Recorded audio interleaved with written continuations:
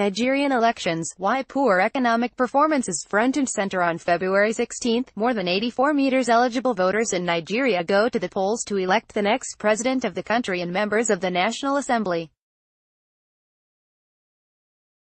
There are nearly 80 candidates competing for the country's top job, but the contest can be viewed to be mainly between the incumbent president, Muhammadu Buhari, aged 76, of the ruling All Progressive Congress (APC), and the former vice president, Atiku Abubakar, aged 72, of the People's Democratic Party. Buhari, a former military head of state from 1983 to 1985, was re-elected as a civilian president in 2015 and is campaigning for another 4 years at the helm. He has vowed to expunge the country of corruption, while Abubakar, who was the vice president from 1999 to 2007, is campaigning on the promise to get Nigeria working again. Indeed, Nigeria is in dire need of all that has been promised. But given the past records of the two main candidates, it would be near delusional to hope for meaningful change if they are re-elected. Buhari's handling of the economy has been somewhere between poor and appalling. The same could be said of past administrations, including when Atiku was vice president from 1999 to 2007. Nigeria is Africa's most populous country, with more than 198 million people. It is also the continent's largest economy, with a GDP in 2017 of $376 billion.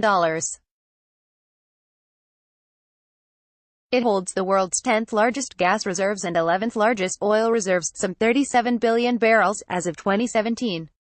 Despite this abundance of natural and human resources, the country's development indicators are nothing to write home about. As I document in my book, Nigeria's economy faces a number of challenges.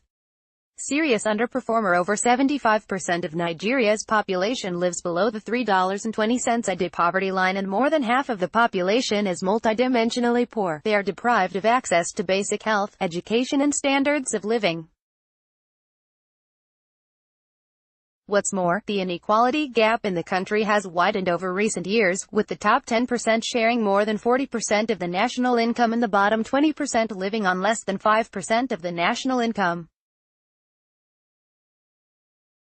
According to Oxfam, Nigeria has the unenviable distinction of being at the bottom of the Commitment to Reducing Inequality Index (CRI) since 2017.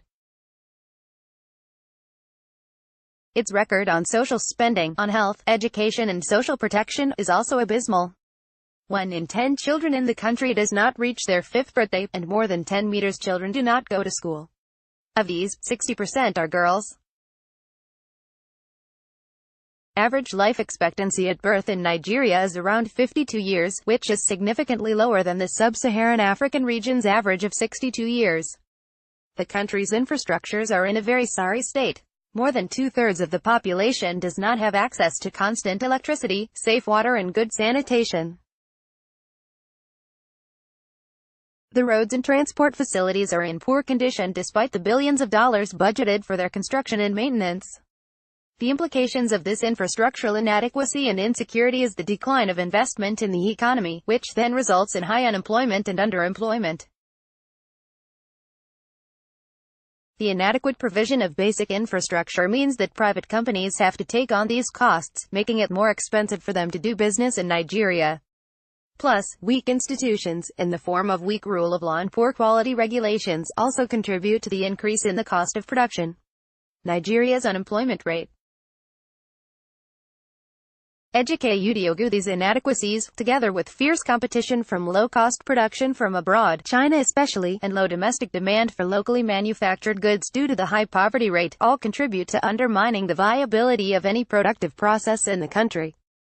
The result is an underperforming economy that is overly reliant on its oil and mineral wealth to prop up its GDP, but this does not benefit a large proportion of the population. Road to recovery. To solve this, whoever wins the Nigerian elections desperately needs an ambitious industrial policy.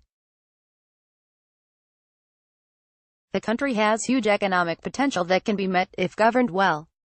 The state needs to play a strategic role in the development process beyond just providing the right infrastructure and a conducive environment.